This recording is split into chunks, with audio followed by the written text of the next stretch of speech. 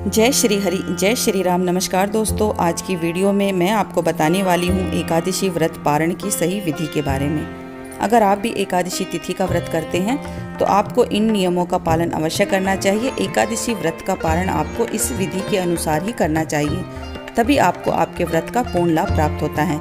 एकादशी व्रत का पारण करते समय आपको भूल से भी ये गलतियां नहीं करनी चाहिए।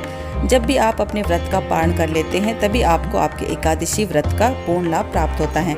अगर किसी वजह से एकादशी व्रत के पारण में कुछ गलतियां कर देते हैं तो आपके द्वारा एकादशी का किया गया व्रत निष्फल ही रहता है, आपको कोई लाभ प्राप्त होता ही नहीं है। एकादशी व्रत, जैसा कि आप जानते और मानते भी होंगे, कि 3 दिनों तक चलने वाला बहुत ही कठिन व्रत है, लेकिन इसे सभी व्रतों का व्रतराज कहा गया है। केवल एकादशी का व्रत कर लेने से हमारे पूर्व जन्म के पाप दोष और इस जन्म के पाप दोष हैं वो सभी समाप्त हो जाते हैं। एकादशी का व्रत 3 दिनों तक चलने वाला अत्यंत ही कठिन व्रत है। आप करते हैं तो आपको पता भी होगा, लेकिन आपको 10वीं तिथि से ही कुछ नियमों का पालन अवश्य करना चाहिए, तभी आपको एकादशी व्रत का संपूर्ण लाभ प्राप्त होता है। ऐसा ना हो कि 10वीं तिथि के दिन आप ऐसा आचार व्यवहार कर रहे हैं, इन चीज़ों का आप पालन कर रहे हैं और एकादशी तिथि के दिन आप व्रत कर रहे हैं तो आपको ऐसे व्रत का कोई लाभ प्राप्त नहीं होता। 10वीं तिथि के दिन आपको सूर्य अस्त के बाद अन्न का त्याग करना चाहिए। अगर आप सुबह के समय, दोपहर के समय भोजन ग्रहण कर रहे हैं तो उसमें आपको शुद्ध सात्विक भोजन ही ग्रहण करना चाहिए। 10वीं तिथि के दिन आपको गलती से भी चावल नहीं खाना चाहिए और एकादशी तिथि के दिन तो आपके घर में भी गलती से चावल नहीं बनना चाहिए। 10वीं तिथि के दिन आप जब भी भोजन ग्रहण करें तो उस भोजन में मूली, बैंगन, पालक का साग और मसूर की दाल, इसी तरह तामसिक चीज़ें आपको गलती से भी 10वीं तिथि के दिन अपने भोजन में शामिल नहीं करनी है। अगर आप शादीशुदा हैं तो संयम व्रत का पालन भी आपको अवश्य करना चाहिए। जिस दिन आप व्रत की शुरुआत कर रहे हैं 10वीं तिथि से ही आपको सूर्य अस्त के बाद अन्न का त्याग करके भगवान श्री हरि विष्णु का ध्यान करके ही सोना चाहिए। अपने मुख को, अपनी जीवा को अच्छे से साफ करके सोना चाहिए, क्योंकि एकादशी तिथि के दिन ब्रश करना या किसी भी दंत मंजन से अपने दांतों को साफ करना निषेध बताया गया है। एकादशी तिथि के दिन आप आंवले, जामुन या अमरूद के जो नीचे पत्ते गिरे हुए रहते हैं उन पत्तों को चबाकर अपने दांतों को, अपने मुख को, अपने कंठ को, अपनी जीवा को साफ कर सकते हैं। लेकिन एकादशी तिथि के दिन द्वादशी तिथि का पारण करने से पहले भी आपको ब्रश का या किसी दंत मंजन का आपको प्रयोग नहीं करना चाहिए। अगर आपको अपने दांत साफ करने हैं या अपना मुख साफ करना है तो आप ये पहले से ही टूटे हुए, गिरे हुए जो पत्ते होते हैं पेड़ों के, इन पत्तों से ही अपने मुख को साफ करना चाहिए। जब आप एकादशी तिथि का व्रत करते हैं तो द्वादशी तिथि के दिन आपको पारण करते समय इन नियमों को अवश्य ही अपनाना चाहिए। एकादशी का पारण 3 नियमों के बिना अधूरा ही माना गया है। कहते हैं कि जब हम किसी व्रत का पारण करते हैं या उद्यापन करते हैं तो उस दिन हमें 3 कार्य अवश्य करने चाहिए। एक है ब्राह्मण भोज, दूसरा है दान और तीसरा है हवन। संभव हो तो ये तीनों कार्य आप अवश्य करें, या फिर एक कार्य करके भी आप अपने व्रत का पूर्ण लाभ प्राप्त कर सकते हैं। द्वादशी तिथि के दिन अगर संभव हो तो अपने घर पर किसी ब्राह्मण को बुलाकर या ब्राह्मण का जोड़ा बुलाकर आपको अपने घर पर शुद्ध सात्विक भोजन बनाकर उन्हें अवश्य ही खिलाना चाहिए, जिमाना चाहिए। अगर किसी वजह से आप द्वादशी तिथि के दिन ब्राह्मण को अपने घर पर बुलाकर भोजन ना करवा पाएं तो ऐसे में सीधा निकालकर उनके घर में यथासंभव आपको अवश्य ही पहुंचाना चाहिए। सीधा खाने पीने के कच्चे सामान को ही बोला जाता है। उसमें आप आटा, दाल, चावल, नमक, मिर्च, घी, गुड़ और यथासंभव कुछ दक्षिणा रखकर किसी ब्राह्मण के घर पर आपको अवश्य ही दान सामग्री पहुंचानी चाहिए। और यह सामग्री कम से कम इतनी तो जरूर हो जिससे कि एक ब्राह्मण का भरपेट अच्छे से हो जाए। अगर आप सक्षम हैं तो ब्राह्मण के पूरे परिवार का खाना पीना भी आप दान सामग्री में दान दे सकते हैं, क्योंकि गीता में स्वयं श्री हरि ने कहा है कि नर में मैं ब्राह्मण हूँ। अगर आप दान सामग्री को किसी ब्राह्मण के निर्मित दान करते हैं तो आपके व्रत का संपूर्ण लाभ आपको प्राप्त होता है।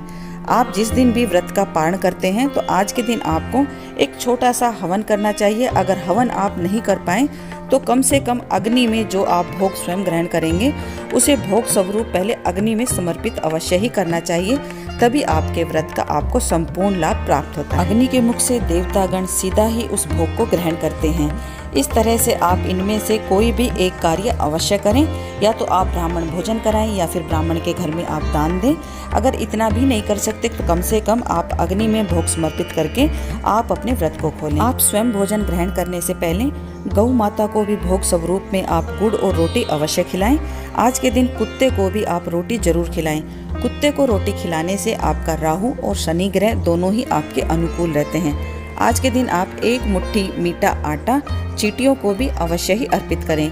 संभव हो तो इनमें से सभी चीज़ों को, सभी जीवों को आप खिला पिला सकते हैं। अगर सभी को नहीं तो जितना आपसे बनता है उतना तो आप अवश्य ही खिलाइए पिलाइए।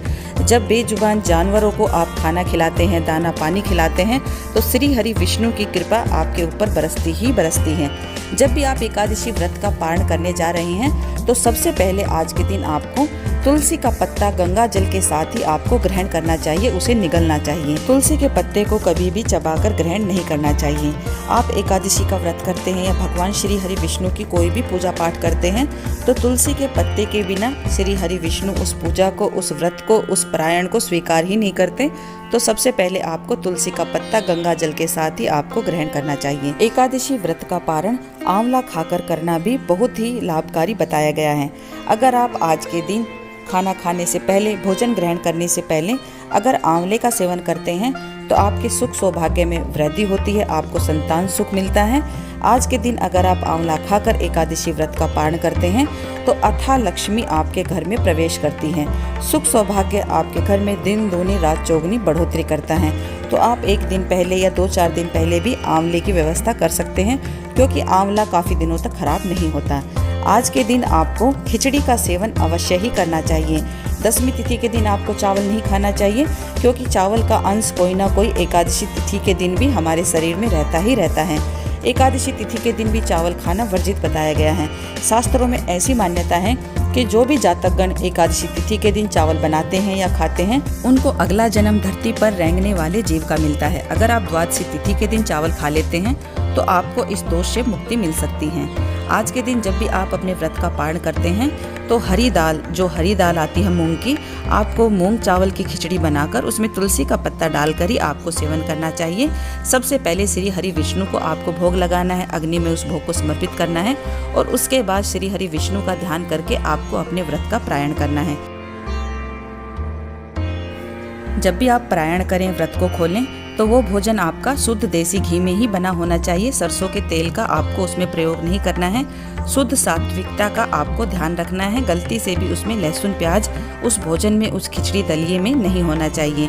एकादशी व्रत को कुछ लोग भुने हुए चने खाकर भी खोलते हैं। तो अगर आप भी एकादशी व्रत का पारायण चने खाकर खोलने की सोच रहे हैं तो ऐसे में आपको 7 चने लेकर उनको खोलना है और अपने सर के पीछे उनको फेंक देना है। 7 चने आपको ग्रहण करने हैं और ऐसी आपको भावना रखनी है कि हे श्री हरि विष्णु, मेरे 7 जन्मों के शारीरिक, मानसिक, वाचिक जो भी पाप कर्म हैं वो आज और अभी नष्ट हो जाएं। मेरे इस व्रत को, मेरी इस पूजा को हे श्री हरि विष्णु आप स्वीकार करें। मेरी त्रुटियों की तरफ ध्यान ना देते हुए मेरे इस जन्म में मुझे सुख और अंत में मुझे मोक्ष प्रदान करें। अंत में मुझे अपने चरणों में निवास स्थान अवश्य ही दें। इस तरह से आप अपने एकादशी व्रत का पारायण करें। आज के दिन तुलसी जी में जल जरूर दें, तुलसी जी में दीपक जरूर लगाएं, तुलसी जी की कथा भी आप अवश्य सुनें। तुलसी जी की पूजा करने से श्री हरि विष्णु बेहद ही प्रसन्न होते हैं। अगर किसी वजह से आप आज के दिन खिचड़ी ना बना पाएं या इनमें से किसी भी चीज का आप सेवन ना कर पाएं तो सुबह सवेरे स्नान ध्यान से निवृत्त होकर आप सबसे पहले तुलसी का पत्ता, गंगा जल, हरी मूंग की दाल के कुछ दाने और चावल के दाने आप गंगा जल के साथ ही उन्हें निगल लें। ऐसा करने से भी आपको आपके व्रत का पूर्ण लाभ प्राप्त होगा। आशा करती हूँ, उम्मीद करती हूँ कि संपूर्ण जानकारी से आपको लाभ जरूर मिलेगा। अगर आपको वीडियो पसंद आए, अगर आप मेरे चैनल पर पहली बार विजिट कर रहे हैं तो मेरा आप सभी से अनुरोध है कि इस वीडियो को लाइक और मेरे चैनल को सब्सक्राइब जरूर करें। बेल आइकन को भी प्रेस कर लें ताकि पूजा पाठ, व्रत, त्योहार की सभी वीडियो का नोटिफिकेशन आप देख पाएं सबसे पहले। मिलती हूँ इसी तरह की एक महत्वपूर्ण वीडियो के साथ। तब तक के लिए जय श्री हरि, जय श्री राम।